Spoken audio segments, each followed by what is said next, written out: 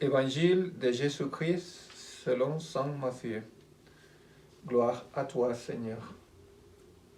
En ce temps-là, Jésus disait à ses disciples, « Si quelqu'un veut marcher à ma suite, qu'il renonce à lui-même et qu'il prenne sa croix et qu'il me suive. Car celui qui veut sauver sa vie la perdra, mais qu'il perde sa vie à cause de moi la trouvera. Quel avantage en effet un homme aura-t-il à gagner le monde entier si c'est au prix de sa vie? Et que pourra-t-il donner en échange de sa vie? Car le Fils de l'homme va venir avec les anges dans la gloire de son Père.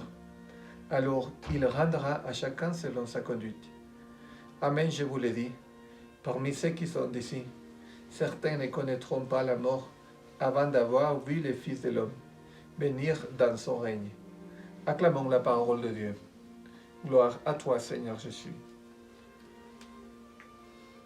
Aujourd'hui, l'Évangile nous parle d'une chose très importante, qui c'est la personne qui est capable de perdre sa vie.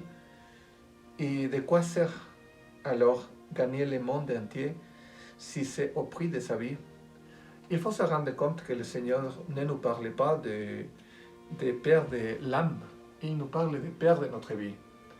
Oui, les personnes qui ne sont pas avec Dieu, ils perdent la vie parce qu'ils sont remplis de tristesse. La pire façon de penser la vie, c'est vivre avec la tristesse.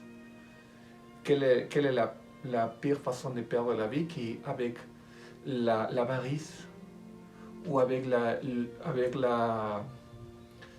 codice qu'on a. Et quelle est la pire façon de perdre la vie qu'en étant infidèle? Et le Seigneur ne parle pas de perdre l'âme, parce qu'avant de perdre l'âme, la personne qui n'a pas Dieu perd la vie. Il y a un sentiment très très spécial quand on est fidèle à Dieu, que c'est qu'on sent la paix dans le cœur. N'importe pas quelle est la situation qu'on doit vivre, quand on a la paix dans le cœur, on sent que la vie est dedans nous.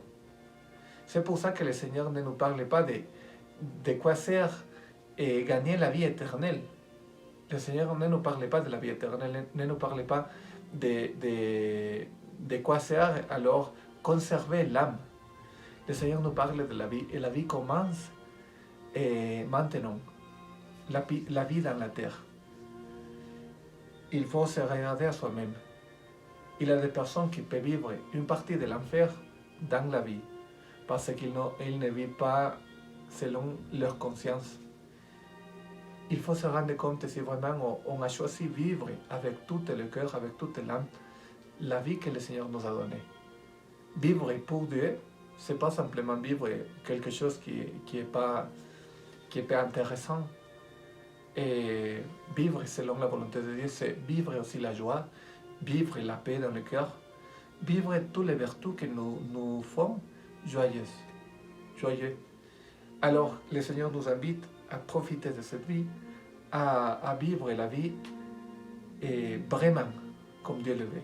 Je vous envoie la bénédiction au nom du Père et du Fils et du Saint-Esprit.